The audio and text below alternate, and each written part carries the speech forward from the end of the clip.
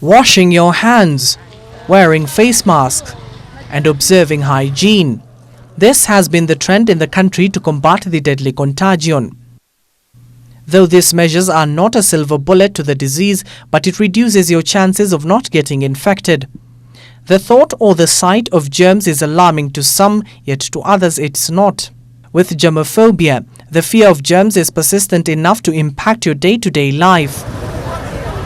People with this fear might go to great lengths to avoid actions that could result in contamination, such as shaking hands. Maureen Ochido has had it for 15 years and she says some of the guidelines set out by the Ministry of Health does not surprise her. So I've always had a self-alertness about germs, which is a condition scholars and medic describe as germophobia. Now, germophobia is excessive fear of germs. Of course, everybody fears germs, but there are persons who fears it excessively. After the first case of COVID-19 was recorded in the country, that the Ministry of Health has confirmed the first coronavirus case in Kenya.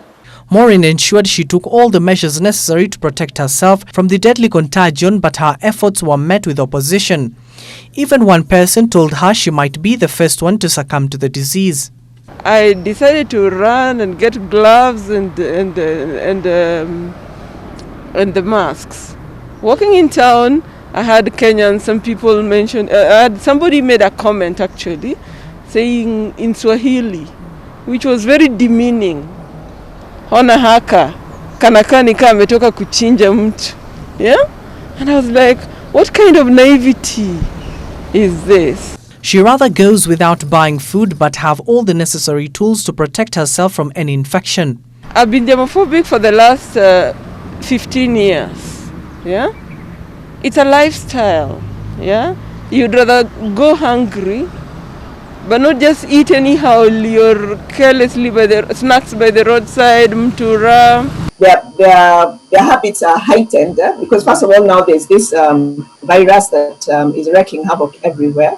So for such, you'll find that the anxiety levels of catching something. Experts argue that people who have germophobia have better chances of not contracting COVID-19. That is true because they're already in the habit of keeping clean, keeping safe distances, avoiding crowded places, which are the things that the Ministry of Health is elaborating everywhere. Even WHO is also insisting on keeping away from crowds. And I believe with what scholars are saying about germophobia that the chances are minimal about the contraction.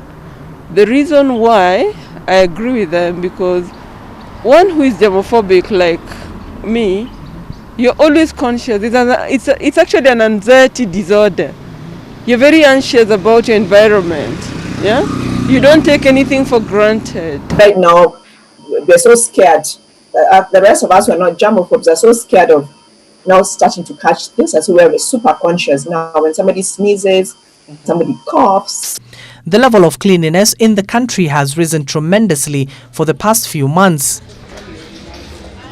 Maureen says that there are so many things she would like to do, but sometimes you still find people very reluctant. Like when you walk into a grocer's kiosk, you want to buy fruits.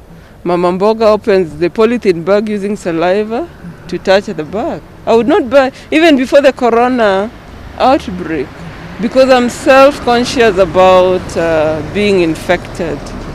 And most people who are germophobic, they probably have a pre-existing medical condition. And simply, this is owing to the fact that when you're already on medication, your fear starts by, you start fearing having another infection. Otherwise, you can be a walking chemist. Cleanliness might be the silver lining to this unprecedented times as cases in the country continue to soar.